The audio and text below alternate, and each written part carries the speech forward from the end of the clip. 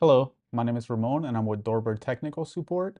Today, I'm going to show you how to program our directory-based units, specifically how to create directory entries and invite users. The best way to do this is through the DoorBird Web Administrator, so I've got my laptop ready and I'll share my screen to walk you through the process step by step. Let's get started. All right, so I have my web browser of choice and I navigated to webadmin.doorbird.com. Here, it's going to prompt you for an admin name and admin password. These are going to be the credentials which can be found on the digital passport. It'll be the pre-configured user that ends in 4 zeros. I've typed that in and I'm going to hit continue. All right, now that we're logged in, the first step is to create our directory entries. So I'm going to go into the keypad. I'll expand that. I'll select settings. Here it's going to show me all the codes that are programmed. I'm going to press on the top right to add a code. All right, so this is going to be a code that sends a push notification. It's not going to be a code that opens the door, so I'm going to enter the unit number for reference. Right, in the display name line 1, I'm going to enter the name of the tenant. And I want to make sure the in-name directory is toggled on so that that entry shows up on the screen. I'll leave the action as a weekly schedule so that that directory entry shows and works 24/7.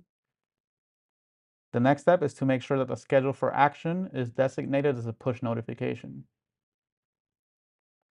Perfect, so it's a push notification 24/7. I'll select save. All right, I'm going to press on the plus sign once more to create 2 more directory entries. Once again, in the code, I'm going to enter the unit number. Display name line 1, I'll enter the name of the tenant. In name directory toggled on, weekly schedule.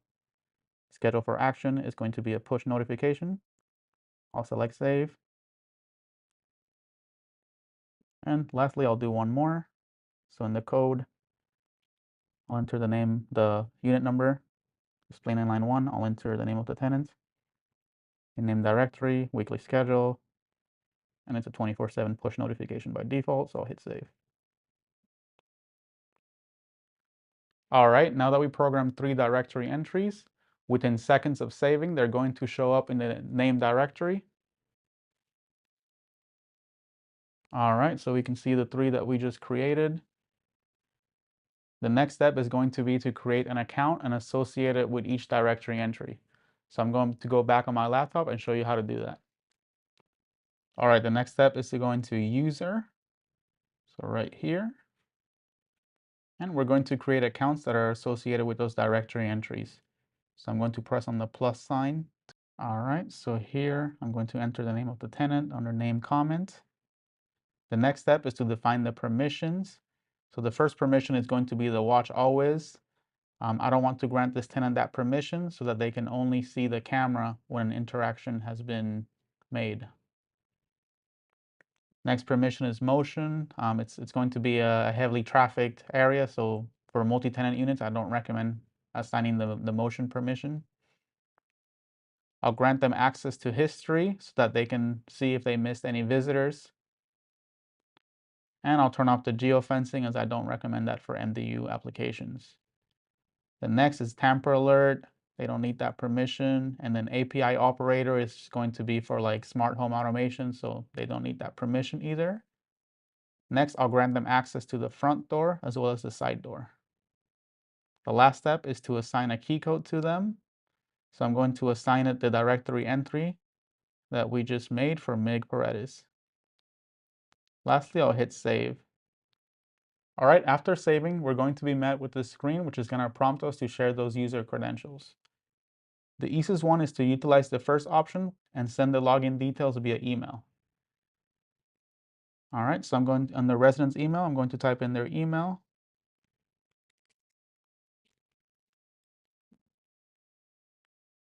And I'll hit send.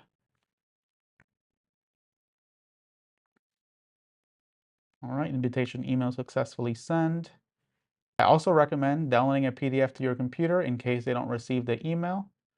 All right, so I'm going to hit done, and I'm going to create 2 more users.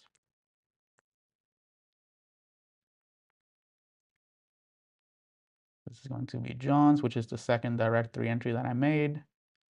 I'm going to assign him John's code, designate the permissions,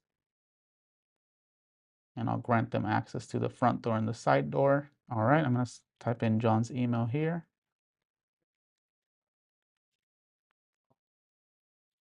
And I'll hit send. Right, and here you can download a PDF. I'm going to hit done. Lastly, I'm going to add my last tenant.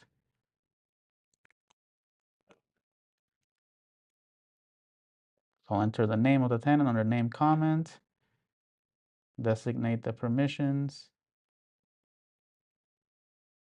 and assign it my key code right here.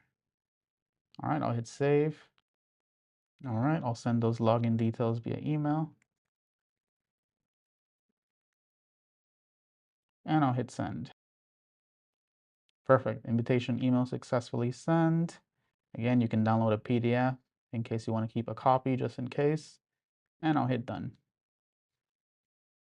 All right, that's it. Now I'm going to show you what that email looks like so that you can see the tenant experience. All right, so this is going to be the invitation that they received via email. It has some information about the DoorBird features, as well as their username and password, and a QR code that contains that login information for easy login access. If we scroll down, we have some instructions how to install the DoorBird app, as well as how to log in to the DoorBird app.